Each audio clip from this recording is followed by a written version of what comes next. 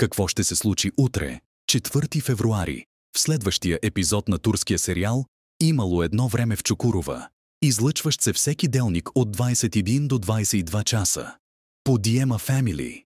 Демир прибира Зюлейха от лудницата. Лекарят му казва, че тя преживява дълбока депресия и може пак да направи опит за самоубийство. Йылмаз не може да забрави за престрелката.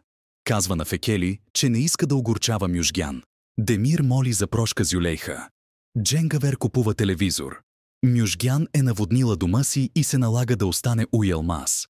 Хюнкяр си мисли, че я очакват тежки дни, когато Зюлейха се върне.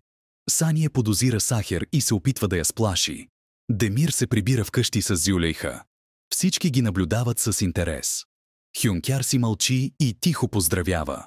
Зюлейха благодари на Демир, че я е извел от клиниката.